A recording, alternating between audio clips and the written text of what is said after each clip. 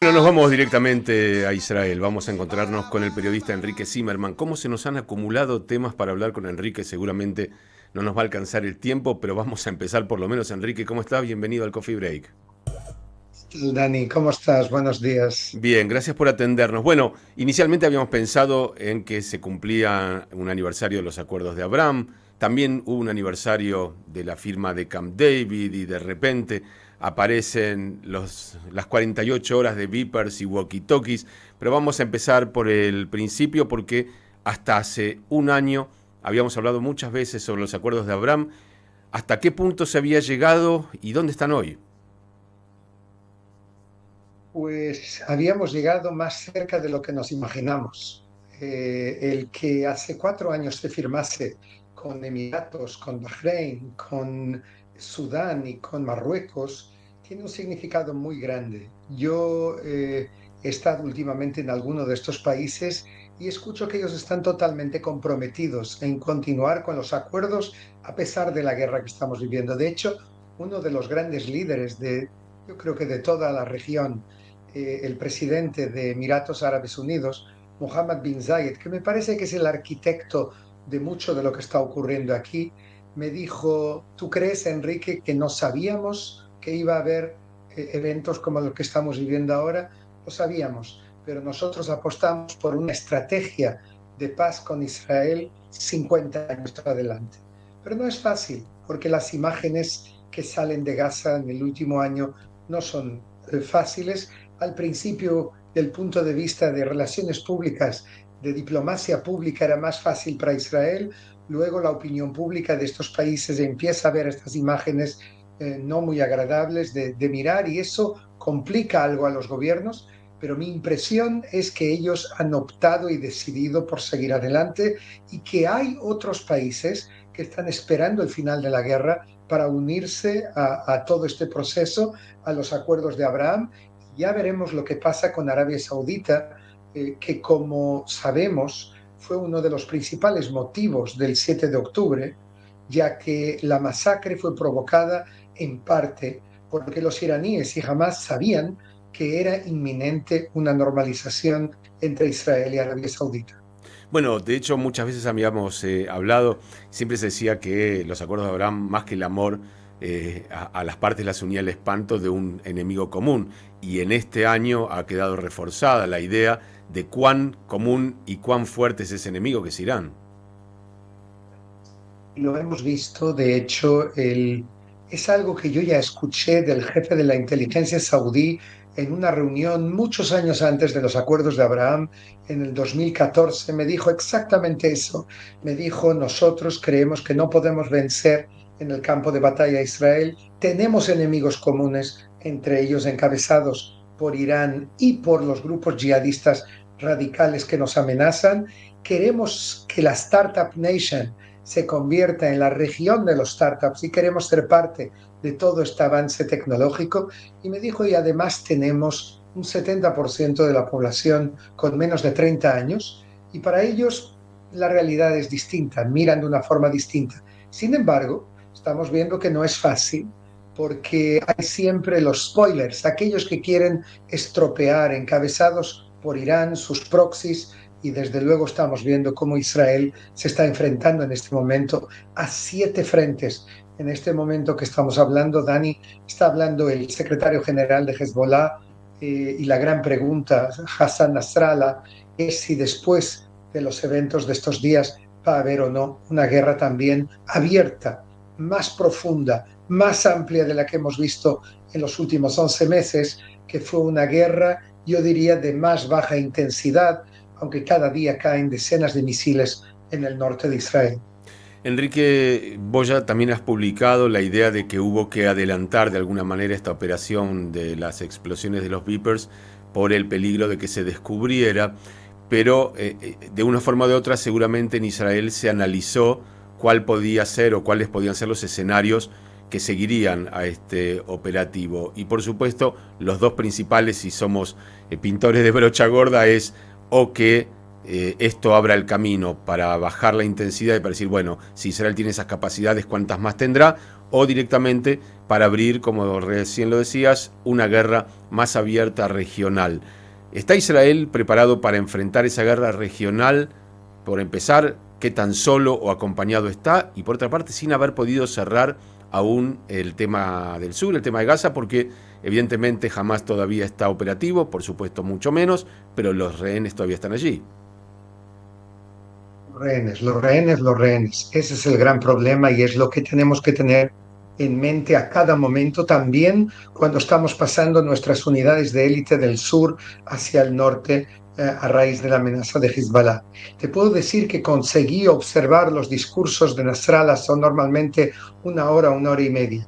Es probablemente el líder árabe hoy en día, aparte de Sinwar en Gaza, que más nos conoce, que más conoce a Israel, que más conoce los detalles, la forma de pensar, la percepción, y le vi ahora muy sorprendido. Le vi ahora, normalmente él es muy arrogante, él ataca, sabe dónde tocar, en el talón de Aquiles israelí. En este momento le he visto muy modesto, muy tranquilo, muy diciendo Israel rompió o pasó todas las líneas rojas, quería matar 4.000 personas. Sin embargo, él está como con un tono distinto de lo habitual y tenemos que ver dónde nos va a llevar esto. Israel está preparada, Israel hace todo lo que puede, entre otras cosas, porque no tiene otra alternativa. Dani, la historia es muy simple. Yo creo que el primer ministro, el ministro de Defensa, el ejército, tienen aquí en letras de fuego, de la misma manera que en Gaza es la liberación de los rehenes, aquí en el Líbano es que 80.000 israelíes puedan volver a sus casas lo antes posible. Ese es el objetivo. La prensa internacional no termina de entender esto. Hoy una televisión europea bastante conocida me entrevistó y la primera pregunta que me hicieron fue: ¿por qué Israel mata niños en el Líbano? Yo tuve que contestarle: señora, nunca hubo en la historia de la humanidad una operación más quirúrgica que esta, una operación militar, porque iba destinada a miles de hombres de Hezbollah, y si hubo 2 o 3 o 4 civiles que murieron, esto fue porque son familiares que estaban jugando con los Vipers o jugando con los walkie-talkies que ayer fueron accionados. En ningún caso se apuntó a civiles, ni ese es el objetivo de Israel. Te repito, yo estuve en el norte varias veces en las últimas semanas y lo que no podemos permitir es lo que yo vi con mis ojos, y es que estás en la frontera, miras al otro lado y ves banderas de Hezbollah con gente de Hezbollah, y obviamente la población civil israelí teme otro 7 de octubre. No quiere tenerles del otro lado. Se trata de la organización terrorista no estatal más importante del mundo. Tienen en sus manos además de 100.000 hombres, entre ellos la Fuerza Radwan, que es una fuerza de élite similar o quizás mejor que la Nukba de Hamás.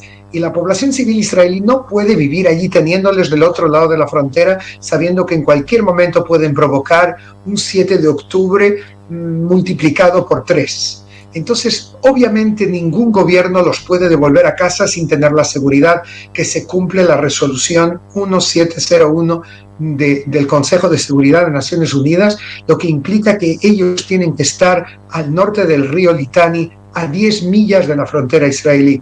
Y para eso, ese es el único objetivo que tiene Israel en este momento en el Líbano. Pero hay aquí 2 cosas que Hezbollah puede hacer. Una, puede lanzar las fuerzas Radwan sobre los poblados fronterizos israelíes, como hicieron Hamás el 7 de octubre, y ocupar un poblado, un kibutz, una base militar.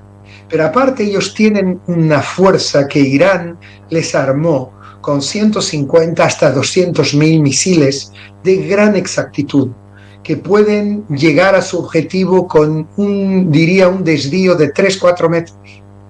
Y ellos los tienen y están preparados estos misiles. No los usaron hasta este momento porque ellos saben que en el momento en que usen el primero, Israel destruye la Dahiya en Beirut, y lo que ocurra en la Dahiya será mucho más demoledor que lo que hemos visto en Gaza en los últimos 11 meses. Y ellos lo saben. Israel utilizó hasta hoy un 15% de su poderío de la Fuerza Aérea. Queda mucho.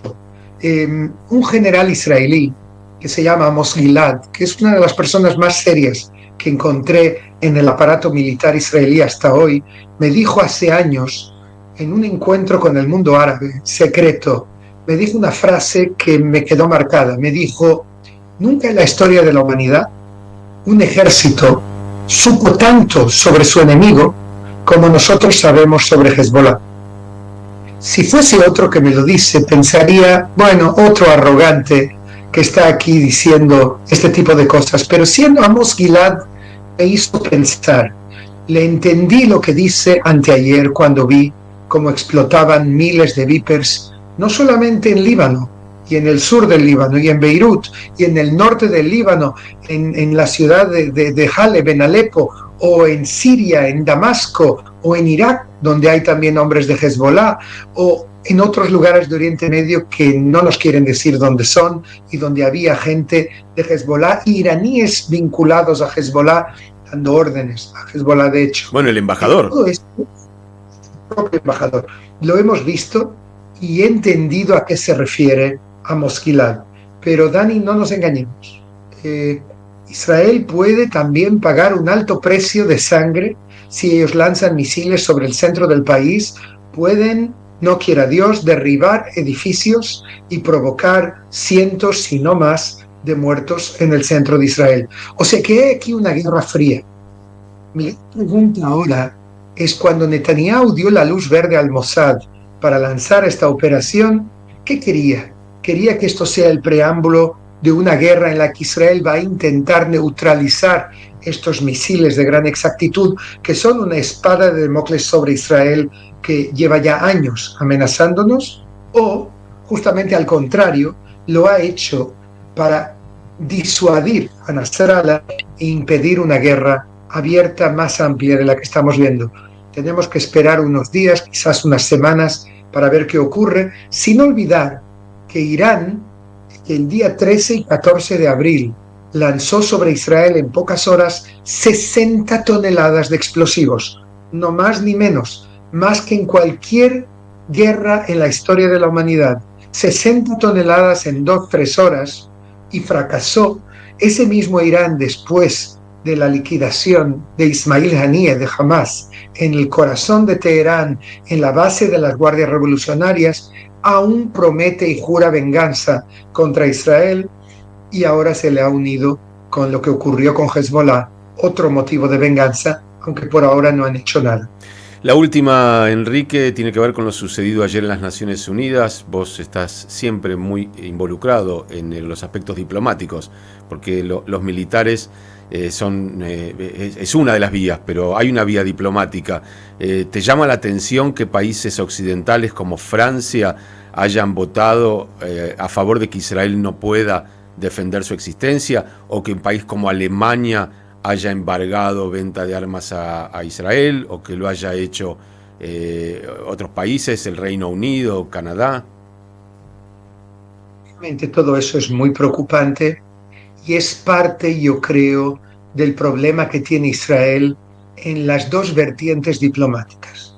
La diplomacia convencional del Ministerio de Asuntos Exteriores, del Ministro de Asuntos Exteriores, y la diplomacia pública, en la que no hemos hecho jamás lo suficiente ni de la forma que debemos hacer, incluso ahora que hay esta ola de antisemitismo que sabemos que afecta a todo el mundo. Pensábamos que el antisemitismo estaba más superado de lo que está, y vemos ahora lo que está ocurriendo en países como Brasil o Francia, que tienen un aumento del 1000%, o incluso en Argentina, donde hay un aumento significativo, o en Estados Unidos o en otros países de Europa.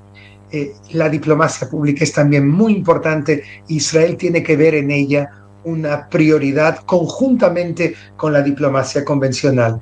Yo creo que hay presiones políticas internas dentro de distintos países que tú mismo señalaste, de fuerzas políticas menos próximas a Israel, a veces más antisemitas incluso, de la extrema izquierda, de la extrema derecha, que no aceptan lo que Israel está haciendo para defenderse, que critican a Israel, que intentan cortarle las alas.